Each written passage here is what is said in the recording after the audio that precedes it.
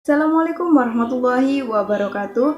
Bismillahirrahmanirrahim. Alhamdulillahirrabbilalamin. Assalatu wassalamu ala asrofil anbiya'i wal mursalin Sayyidina wa maulana Muhammadin wa ala alihi wa sahbihi ajma'in. Amma ba'd. Halo sahabat penyiar muda Islam, kembali lagi dengan saya Iin Halimur Rahmawati. Saya akan menyampaikan sebuah kajian yang berjudul Keutamaan yang ada di bulan Ramadan. Kajian ini bersumber dari buku karya Ahmad Syaihu dengan judul Ramadan di Tengah Wabah, Panduan Puasa dan Kultum yang terbit tahun 2020 mulai dari halaman 20 hingga halaman 27. Sahabat penyiar muda Islam rahimakumullah, setiap ibadah dalam Islam memiliki keutamaan masing-masing.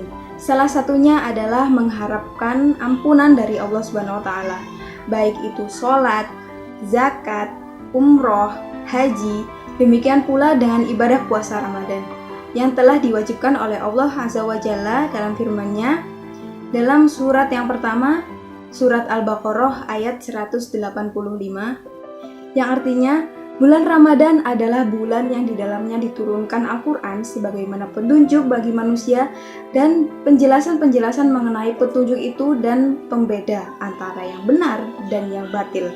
Karena itu, barang siapa yang di antara kamu ada di bulan itu, maka berpuasalah. Quran Surat Al-Baqarah ayat 185. Sahabat penyiar muda Islam rahimakumullah, lalu apa saja sih keutamaan di dalam bulan suci Ramadan? Melalui buku ini, setidaknya ada 11. Maknanya, pada bulan ini kita semua akan menerima banyak sekali berkah. Amin ya rabbal alamin. Yakni yang pertama, amalan mulia yang pahalanya akan dibalas langsung dari Allah Subhanahu wa taala. Jika amal-amal lainnya telah disebutkan pahalanya oleh Allah, ternyata pahala dari puasa akan langsung diberikannya tanpa diberitakan terlebih dahulu berapa batasan pahalanya. Allah Subhanahu wa taala berfirman melalui hadis qudsi yang artinya, setiap amal anak Adam untuknya kecuali puasa, maka itu untukku dan aku yang akan membalasnya. Hadis riwayat muttafaqun ilaih. Yang kedua, bau mulut dari orang yang berpuasa lebih wangi di sisi Allah daripada minyak misik. Meskipun manusia tidak menyukai bau mulut orang yang berpuasa karena baunya yang tidak sedap, namun di sisi Allah Subhanahu wa taala hal itu lebih baik dan lebih harum daripada minyak misik. Rasulullah bersabda, demi zat yang jiwa Muhammad berada di tangannya, sungguh bau mulut orang yang berpuasa lebih harum di sisi Allah daripada harumnya minyak misik. Hadis riwayat muttafaqun ilaih. Kemudian yang ketiga, orang yang berpuasa akan mendapat 2 kegembiraan. Apa yang dimaksud dengan 2 kegembiraan tadi? Rasulullah bersabda, orang yang berpuasa memiliki 2 kegembiraan. Ketika berbuka dia gembira dengan bukanya, dan ketika bertemu Tuhannya dia gembira dengan puasanya. Itulah yang dimaksud dengan 2 kegembiraan. Saat berbuka, rasa lapar dan haus yang ditahan selama seharian hilang seketika. Bahkan saat-saat yang paling nikmat itu adalah pada tekukan yang pertama saat kita berbuka. Rasa panas yang kita rasakan seharian karena dehidrasi juga terobati saat berbuka. Kenikmatan ini tidak pernah dirasakan oleh orang yang tidak berpuasa. Demikian juga kegembiraan ketika bertemu dengan Allah di akhirat nanti. Segala ketakutan dan kekhawatiran seakan sirna sebagaimana sirnanya rasa haus dan lapar saat kita berbuka. Segala kesusahan dan penderitaan saat hidup di dunia akan hilang sebagaimana hilangnya rasa lelah dan rasa panas saat telah berbuka. Yang keempat, memasukkan pelakunya ke dalam surga. Terdapat satu kisah dari sahabat yang bernama Abu Umamah. Diceritakan suatu hari Abu Umamah datang kepada Rasulullah SAW dan bertanya tentang amal yang bisa memasukkannya ke dalam surga.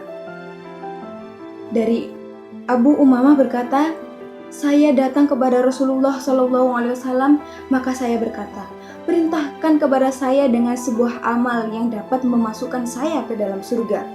Rasulullah menjawab, berpuasalah, sesungguhnya tiada tandingan baginya. Kemudian saya datang untuk kedua kalinya, maka beliau berkata, berpuasalah. Dari hadis riwayat Ahmad, Nasai, dan Hakim, dan dia mensahihkannya. Melalui hadis tersebut dapat kita ketahui bahwa ada amalan yang dapat mengantarkan kita masuk ke surga, yakni dengan berpuasa. Karena sebagaimana yang dikatakan Rasulullah kepada Abu Umamah tadi, bahwa dengan puasalah kita dapat masuk ke surga, sebab itulah yang tiada tandingannya. Yang kelima, puasa akan menjadi sarana pemberi syafaat bagi pelakunya.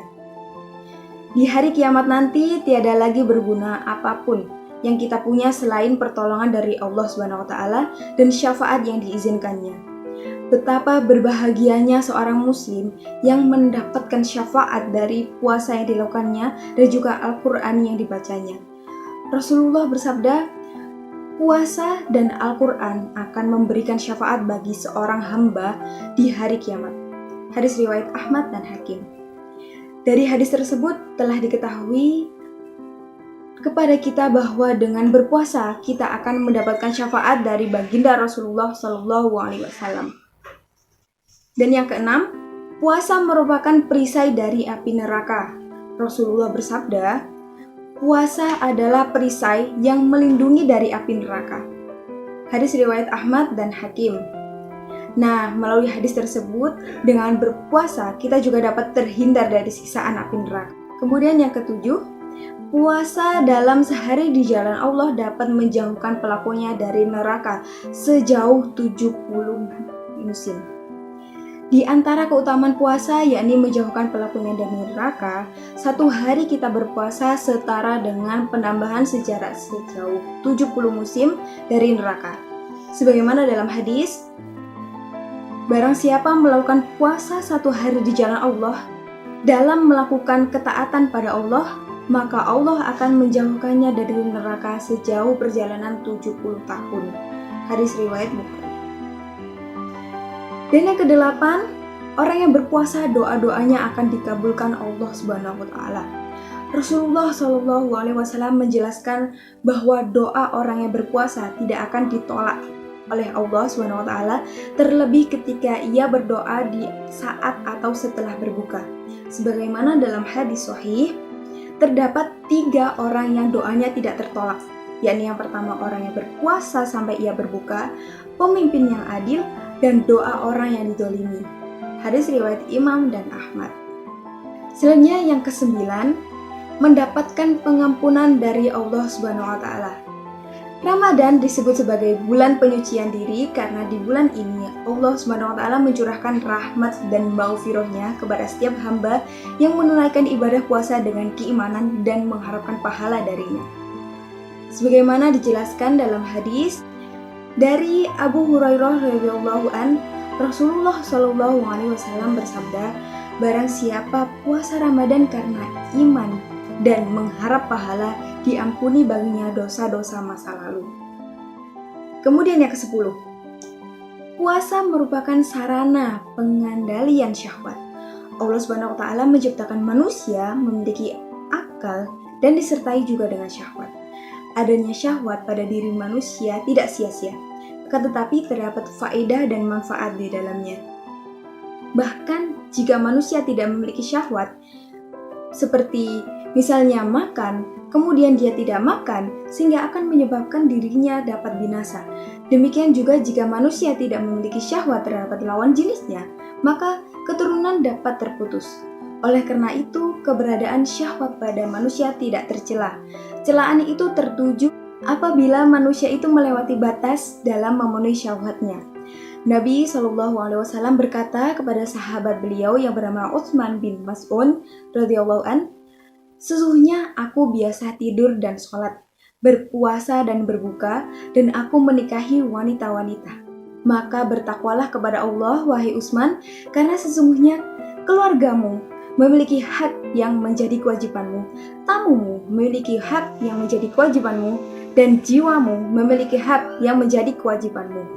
Maka puasalah, berbukalah, sholatlah pada sebagian waktu malam, dan tidurlah pada sebagian waktu malam. Dan yang ke-11, pada bulan Ramadan terdapat malam yang lebih baik dari 1000 bulan. Malam ini merupakan malam yang lebih baik daripada 1000 bulan, atau sama dengan 83 tahun 4 bulan.